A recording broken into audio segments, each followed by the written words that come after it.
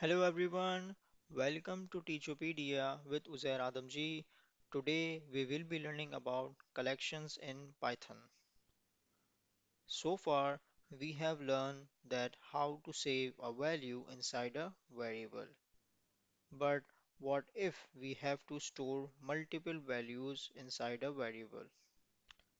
Well, in that case, Python collections comes to rescue us.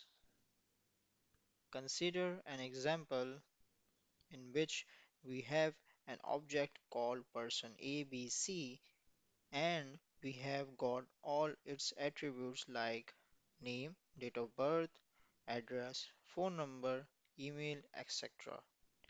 Now we have to store all these attributes inside person ABC box so that we have all of its information.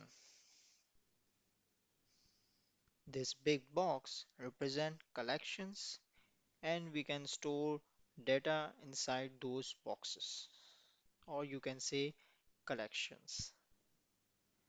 In Python, we have got four main types of collections: list, tuple, sets, and dictionary. A list can store any data type value in it, and it can be changed after it defined, or you can say it initialized. A tuple, on the other hand, can store any data type value, but it can't be changed. Once it defined, it will not be changed. Tuple are immutable and list is mutable. That means it can be changed. On the other hand, sets is a collection which contains no duplicate members in it, and it does not have any indexes in it.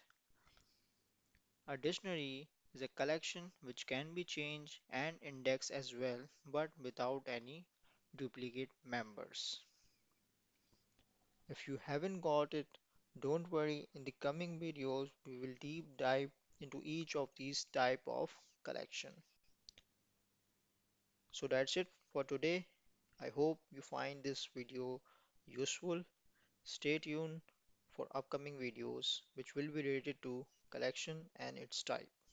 Thank you.